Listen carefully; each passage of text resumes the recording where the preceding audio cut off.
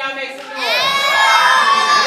Lively group. All right, third session, you guys are lively. Where's class of 2019? Let's try this one more time. Where's class of 2018? Make some noise. 2019, make some noise. 2018, got it. Once again, everyone, my name is Miss Brandy, and I'm the executive director of my organization called College Click. And we help high school students like yourself transition into college and beyond through academic preparedness, financial literacy, and basic life skills. And I came here today to talk to you about the 10 things that you need to complete your college application. I was born and raised here in Cleveland, Ohio. This is my hometown, and I love it. I'm still a Browns fan and still a Cavs fan. But when I moved down to Atlanta, I went back to college. Well, I got my undergrad from the University of Cincinnati in History and African American Studies. And then when I moved down to Atlanta after graduation, I went back to school to get 2 masters, one in marketing and one in nonprofit management. And this is what I love to do, is to serve and give back to young people. So we only got a few moments here today, but I'm going to give you some valuable information about the 10 simple things that you need to complete your college application. Now, this may not apply to all college admission processes, but some of it does. So, everyone has a sheet of paper, correct? No. If you don't have a sheet of paper, raise your hand. All right, as they're distributing it, there's 2 columns on the sheet. On the left-hand side is the list of the 10 things you need to complete your college application. On the right-hand side is blank. If anything that I speak to you today applies to you, write it down and jot it down, because these are tools that you need in order to be successful after after high school. Got it? All right, let's run it. So, when I was just like you as a high school senior, I started to lose track. I started to get unfocused. I started to get lazy. Now, I became a successful entrepreneur in Atlanta, Georgia. I've toured the world with Neo. I've seen the world with excuse me? Yeah, the singer. I've toured the world with Outkast with their 20th reunion last year. I've sung with Jesse Jackson, just wish him happy birthday. I've seen the world and done a lot of great things. I'm not bragging, I'm sharing my blessings. But what I'm here to tell you is that my story did not start like that.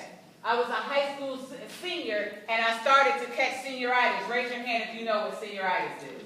Exactly. For some of you all that don't know what senioritis is, it happens about the 12th grade year, where you start getting a little discouraged sometimes. Sometimes you don't feel like studying for that exam. Sometimes you don't feel like finishing that English paper. I graduated high school with a 1.9999999 GPA. I think my counselor rounded it up to a 2.0 because my father was a principal. My parents are here today to show you that my parents still support my dreams and my success even years after I graduated high school. But I did not give up on myself. I kept trying because I knew after high school that I had to have a plan. What was learning in life going to look like past my 12th grade year? So I wrote this book, The 10 Things You Need to Complete Your College Application, to help at least that 1.999 students that thinks maybe they can't make it, but yes you can, because I'm an example that you can do it. So let's run through the 10 things. Y'all ready? All right, let's run it. So, the most important thing that you need when you apply to high school or to scholarship opportunities is your transcript. How many of you all have seen your transcript? Raise your hand.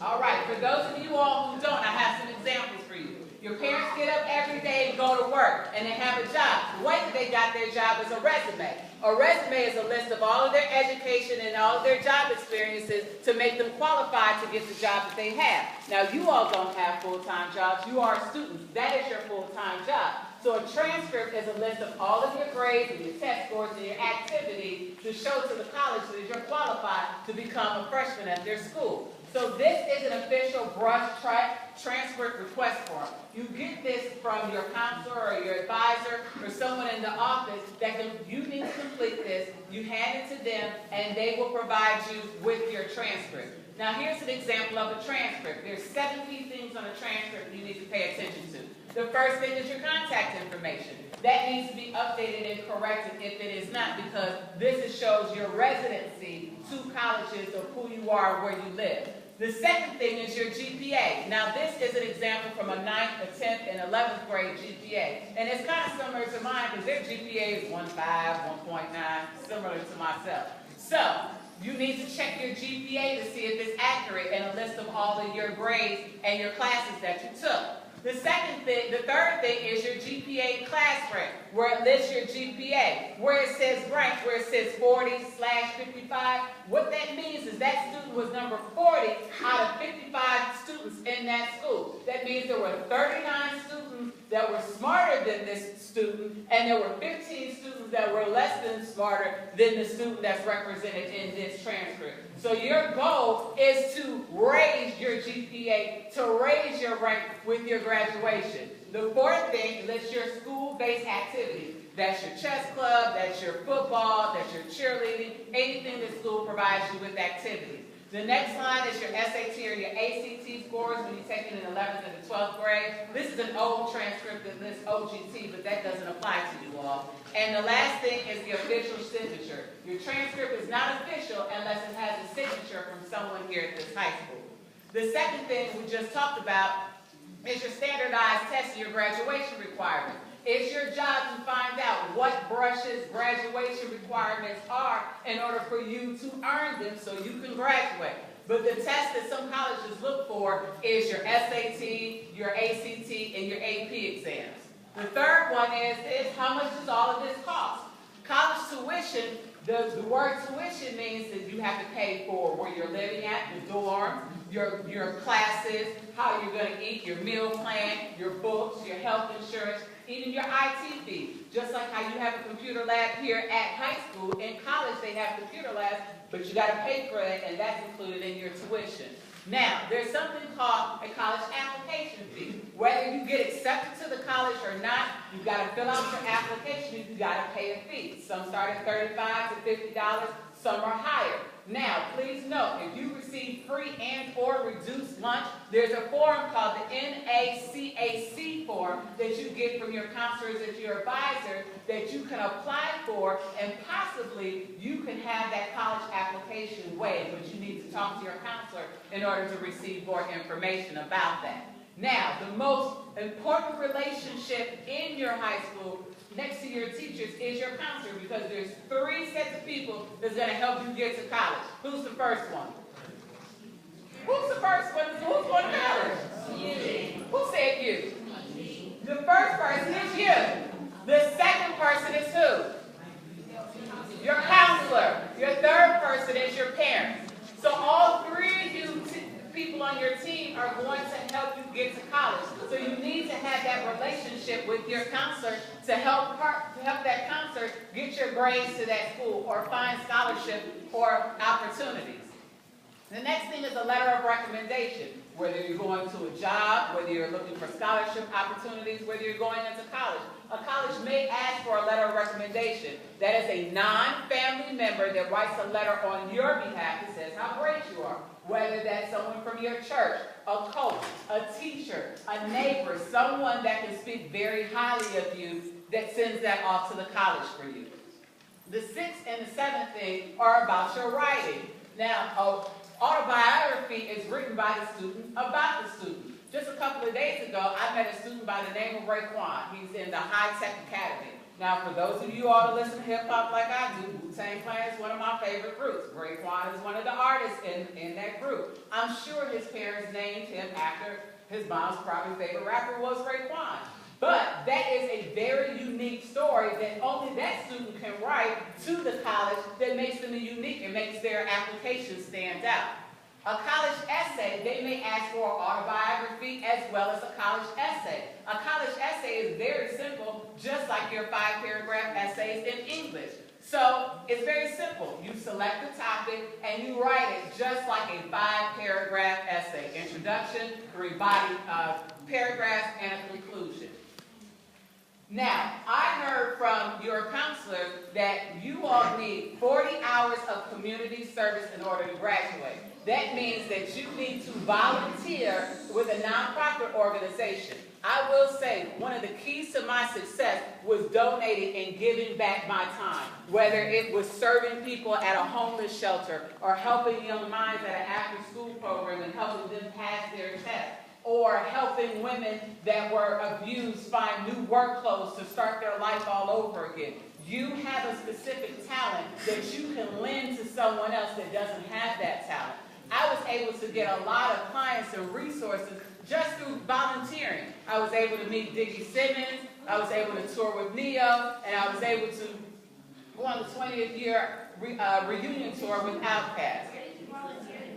Where did I volunteer? Good question. I called the United Way, which the United Way is across the 50 United States. I called 211 and asked them, I would like to give and donate my time. And they gave me a list of organizations that I could donate to. Great question, young lady. The ninth thing is your financial aid and your scholarship documentation.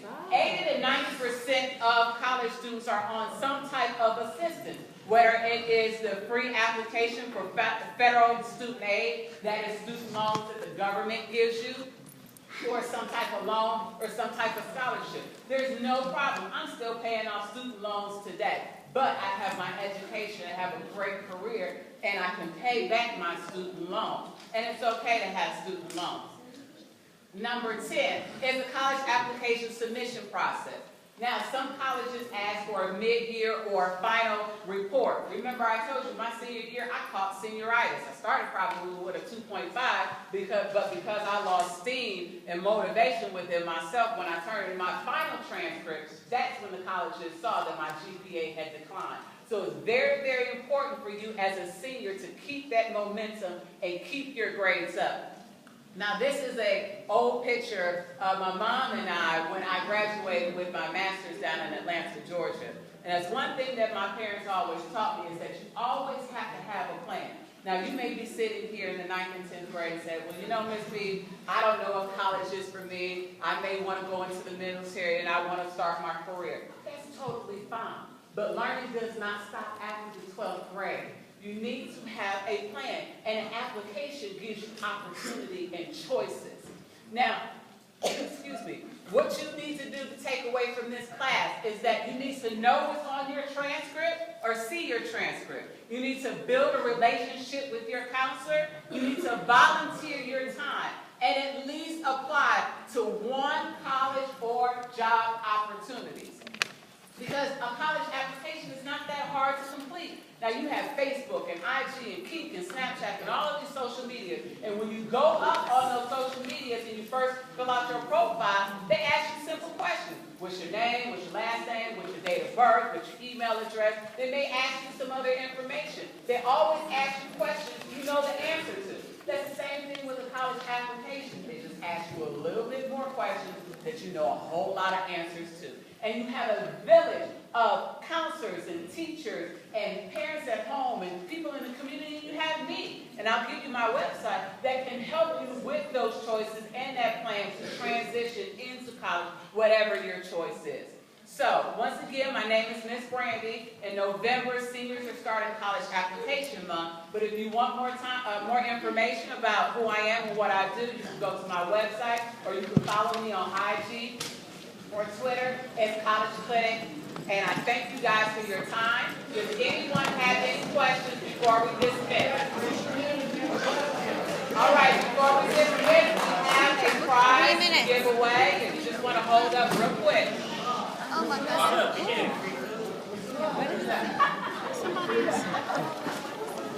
We're in the 7th row, seat number 22. There should be a yellow ticket. If it wasn't switched and turned around.